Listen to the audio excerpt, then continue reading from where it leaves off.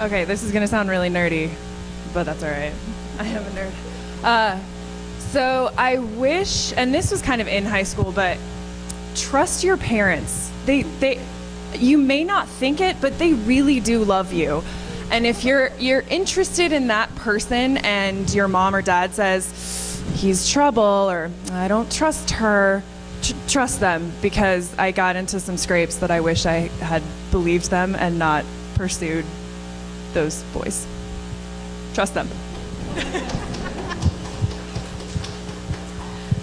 Let's see, what's this? I better use the correct wording. Oh, in relating to the opposite sex. I think what's most important for all of us is that we do not look for our identity in another person. Don't expect your boyfriend to make you better than you are. You are who God wants you to be right now. You don't need another person to make you more. And if that's the basis of your relationships, even your friendships, you're never going to find what you're looking for if you're always looking outside of yourself for affirmation, confirmation that you're okay. Christ is who you need for that. I'll pile on to the relating to the opposite sex category. A little story for you, and this is mostly for men. Here's the soundbite. Guys, it's not all about you. I know this comes as a shock. Here's the story. When my now wife and I went on our first date, it was kind of a blind date. And we drove from Tacoma up to Seattle and spent the evening in a double date situation on the waterfront and walked around and did that kind of thing. And she said, what really sold her on me, I know you're probably thinking it was looks, but it's not. What sold her on me in the first place was I asked way more questions of her and really listened to the answers and then followed up. I did a lot more of that than I did talking about myself. Guys, we are prone to being convinced that all anyone wants to know is about us. That's not true.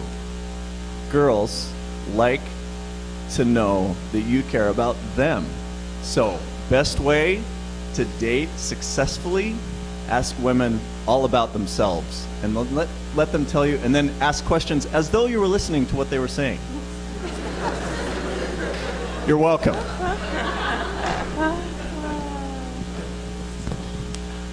Yeah, very similar to that. I'm looking at my notes here, and one of you guys just texted me, "Don't choke." So, got it. Thank you. Thank you. Two people just texted me that. All right, so it's very similar to what Mr. Richard said. It's something that I'm just learning as well, in terms of understanding that it's not about self, it's not about you, it's about the other. And when it comes to a relationship, particularly a romantic relationship or even a marriage, that I'm just learning is trying to ask yourself, okay, if it's not about me, how does my spouse or my girlfriend, boyfriend, whatever, how do they feel most loved and most heard? And I think in order for you to answer that, you really have to have this selfless mindset. Because I remember this conversation I've had not too long ago with my wife is like, you don't show me that you love me. You know, I don't feel like you love me. I'm like, are you kidding me? I changed the oil. I buy the toilet paper, and I fix the bed and all this stuff, and you're telling me I don't love you? Like, look at all this stuff. I fix things. Broken towel racks. I fix it. I love you. She's like, no, that's not. I love that you do that, but that's not the way I am most, loved, and it's not the way I hear it.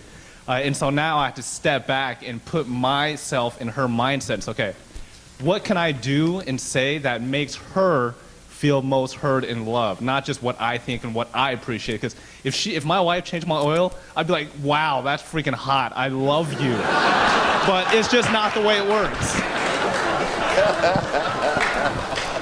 That's my wife. I can call her hot. Hey guys, can you hit me on one here? Sorry. That's a tweetable moment right there. Changing oil. That's freaking hot. All right. All right, so now we're going to move to a lightning round. 1 minute per word or phrase here. So you got to be ready to jump in here. Don't look at each other like, you go, no, I'll go. No, you go, it's okay. Okay, don't be nice, just talk. All right, here we go. We say, what comes to your mind when you hear the phrase real man?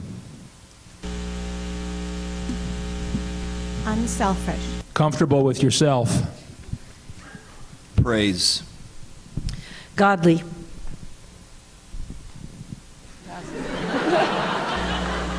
I got nothing at all on that one. Real men are servants. Spiritual leader.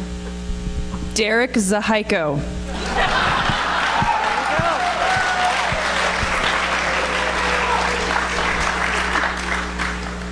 Somebody knows that we are recording this. All right, well played. All right. All right, what then comes to mind when you hear real woman?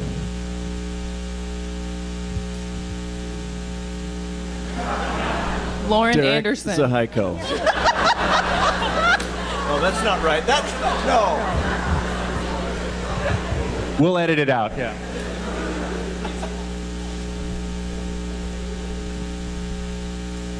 I think actually someone said this about real men, but I think real women are comfortable in their own skin.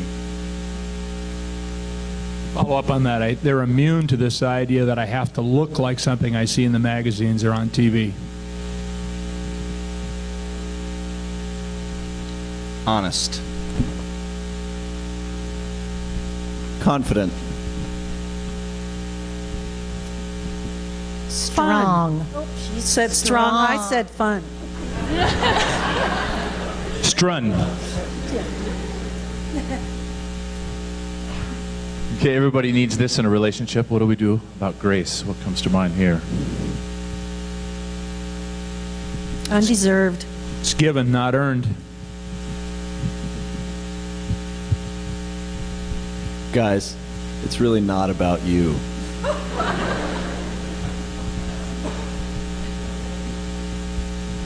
It goes with mercy. Has to go both ways. You need a lot of it. It's not what you say before dinner. That's cheatable.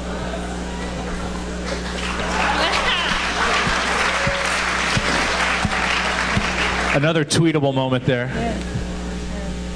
I was gonna go, but I'm not anymore. I know, you can't go after that. I don't know when to say when. All right, how about trust? Essential in any relationship. Easy to lose, so keep it. Easy to lose, very difficult to get back. It's earned, not given. Super, super powerful. You don't have it, the relationship's not going to go anywhere.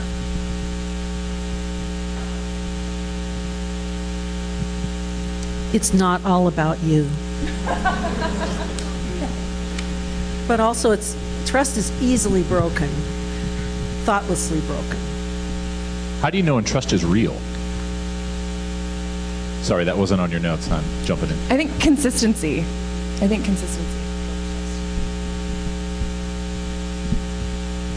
And something that isn't a question in your mind of trust might be in theirs. So it's even more about that communication and understanding one another too. It's not about you. That's right. How about compromise?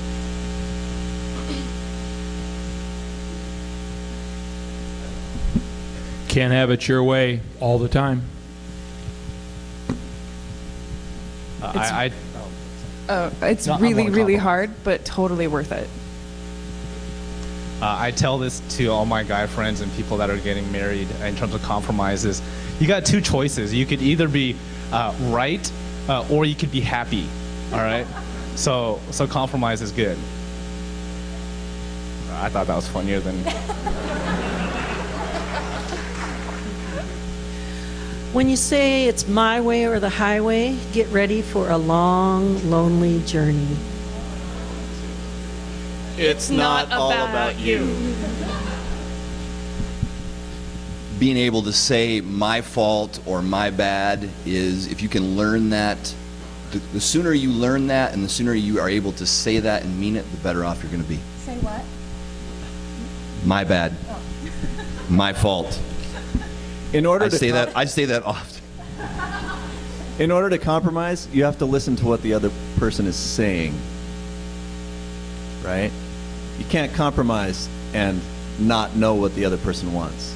In order to know what the other person wants, you got to listen to what the other person says. In order to do that, you have to remember that it's not all about you, guys. Compromise is very, very unselfish because it's Not all about you. At what point does compromise become actually a bad thing, a destructive thing? When you don't stand up for what you believe in.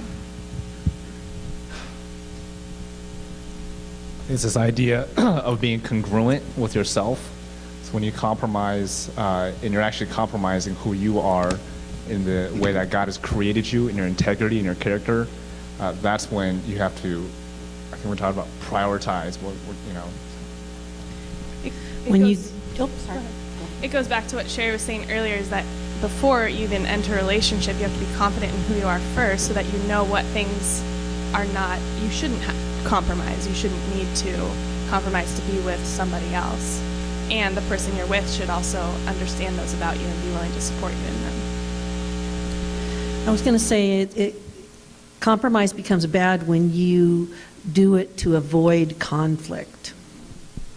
Well said. Well said. Prentice, please, no more math terms. Okay, in the panel, if you would, for my sake. So here you go. How does your faith influence these two areas? The 5-minute question here: the way you see yourself as an individual, but then the way you actually interact in current and potential relationships. So when your faith comes out, how does it shape these two areas?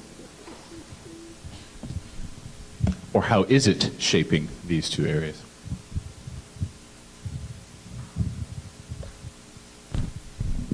I think I'm the oldest one up here, I think.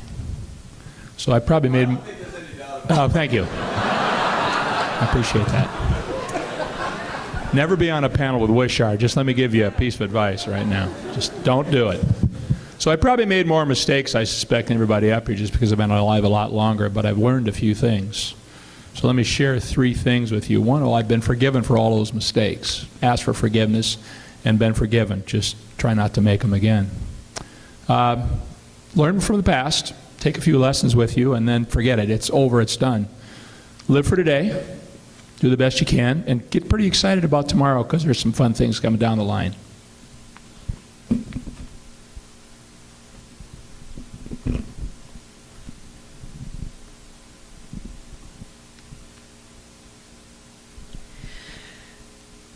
I guess my, how I see myself now and how I saw myself before. I became a Christian before I knew God's grace.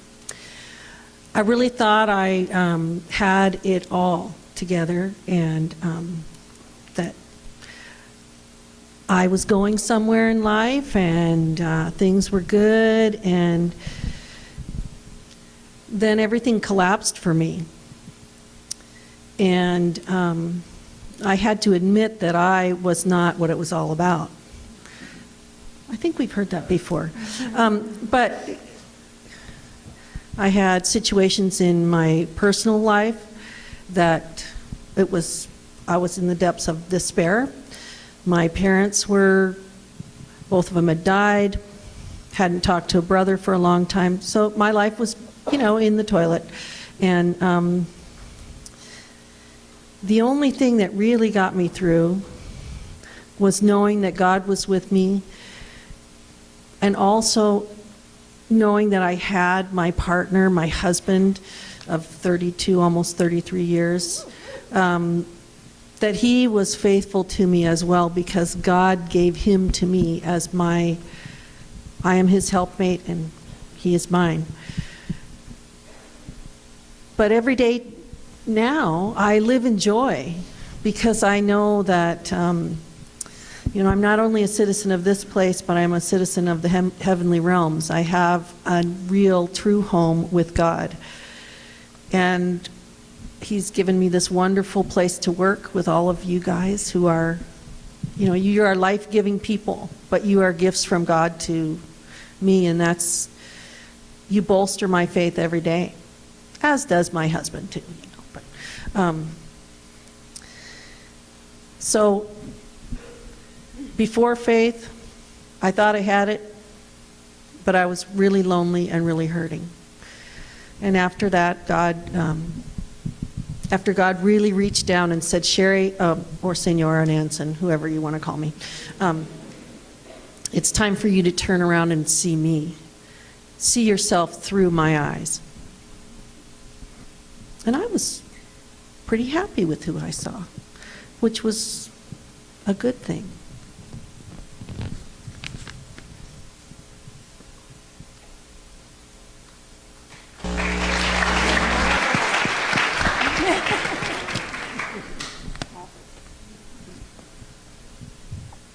About a minute left in this one. Being the only single person on this panel, caller, single ladies out there, thank you. All right. I can answer, I mean, we're speaking about current and potential relationships, and the biggest thing that I have to continually ask myself is about the other person,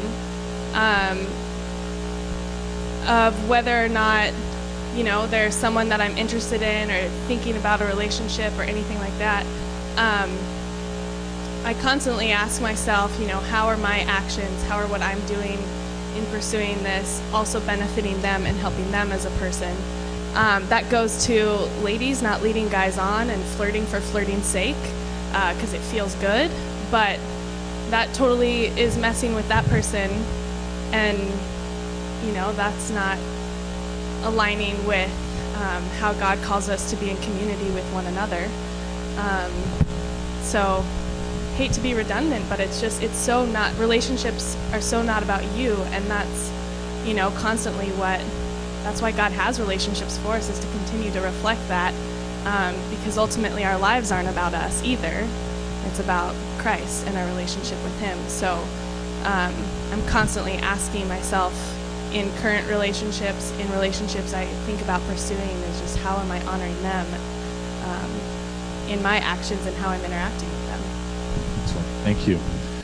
Lightning round number 2. Here we go. 5 more words or phrases, 1 minute each, starting with bad attention from the opposite sex is better than no attention.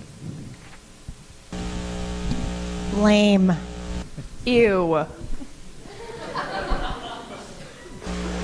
False. Bad is just bad.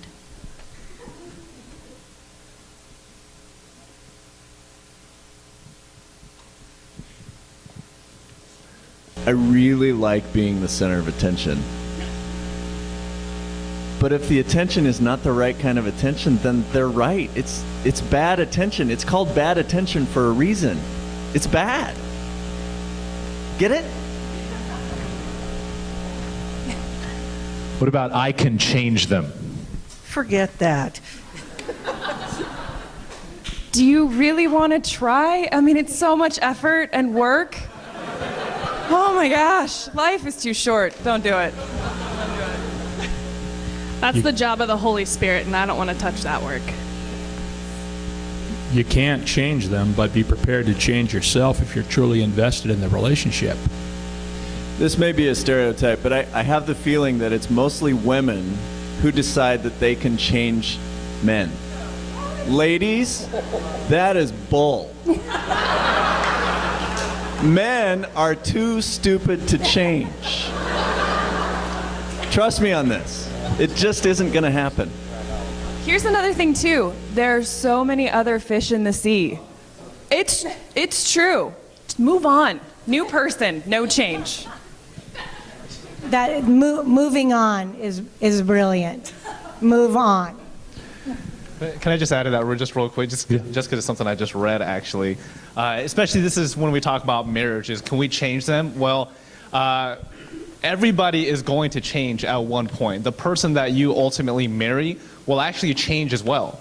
And so the line that I read was, hey, I was married to 5 different guys, but it was actually one human being, because within the matter of 30 years of marriage, my husband or my wife changed 5, 6, 7, 10 times. And so the idea of loving somebody isn't trying to mold them into what you want. It's actually loving them as who they are, because you know what? 2 years from now, they're going to learn something, they're going to grow, they're going to change, and they're going to be a different person. And then what do? Do you say, well, they're not the same person that I married, so I'm going to step out?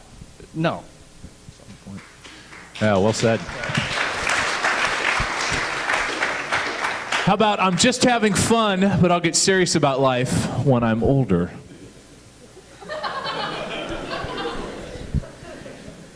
When are we older? I mean, when does that day actually come? Amen. Yeah. He's the oldest. I'm just having fun. I'm going to wait till I get older. Phrases like that are what puts you in danger of crossing boundaries you don't want to cross, and of taking bad attention and running with it. It doesn't hold you accountable, and gives you kind of an out, which isn't a good one. Having fun today has repercussions for tomorrow. Today's fun is tomorrow's serious business that you have to deal with for tomorrow and the day after and the day after. Thinking about what will have lasting effects on your life before you take the step is really important. True for sex, for drugs, rock and roll, everything. Math. Wait. Yeah. What's fun in the moment is lifelong if you play your cards wrong. So don't. What about, can't we just be friends? Okay, I need to talk about this. The floor is yours, friend. Okay, I tried it once, and then I married him. So I'm a firm believer of no, you can't just be friends. So it's one of those things where, yes, maybe it starts out as just being friends, but eventually one person, and I'm talking about opposite sex relationships, obviously. Because at one point, someone in the relationship is gonna get more emotionally invested and then start having feelings, and feelings are gonna get hurt. Yeah, girls, yeah. But Derek actually liked me first, so anyway. He's a real man. Just saying. He is a real man. I looked at this line, and it's the line that's used typically, I think, by the girl when she decides she wants to break up with a guy, and can't we just be friends? And my thought about that, well, that's from my perspective. My thought about that was you can't go backwards. There's no going backwards. Once you've gone down certain paths, there is no going backwards. Feelings have been hurt. Things have happened. You cannot go back. And my thought was maybe you should have just stayed friends to begin with.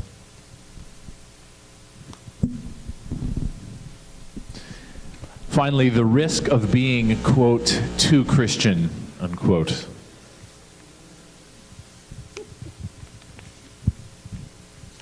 I mean, you wouldn't really want to be a goody two-shoes, because after all, that would please God, and maybe you wouldn't have those issues of having fun and being too serious, having it have a serious consequence. I don't know.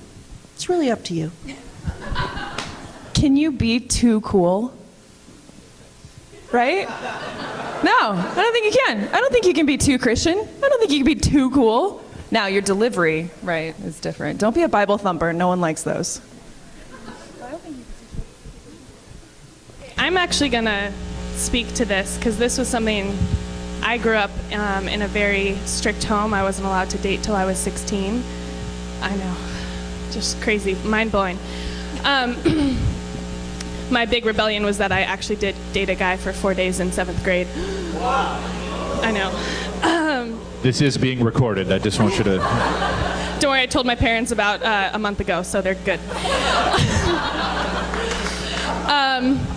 There is a risk, though, in having a mindset as well that you can't even interact with the opposite sex because that's wrong. And that can lead to all of these dark things that we're talking about.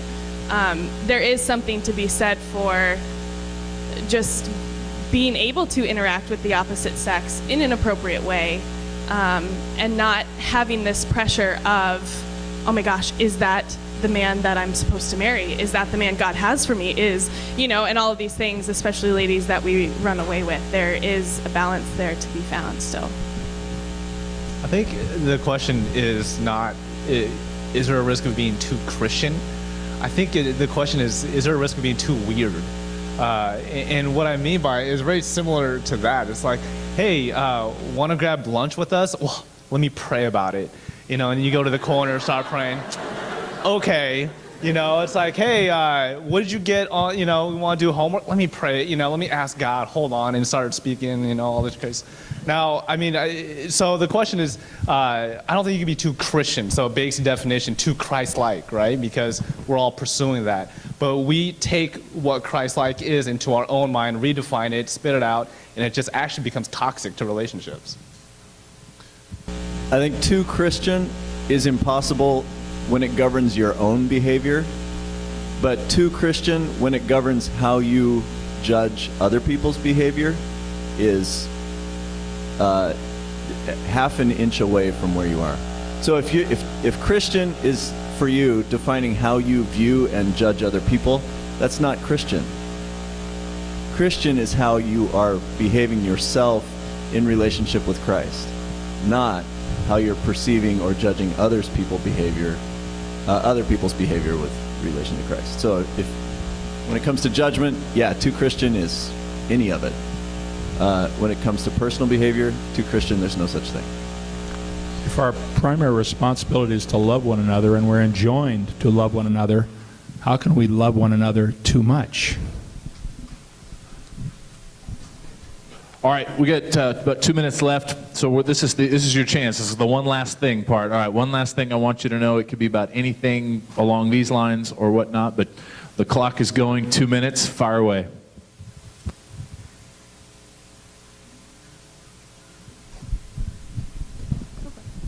I think for me, the one thing that God is trying to teach me in my life right now, and I think it goes with relationships as well, is there's the things that I can control and there's the things that I can't.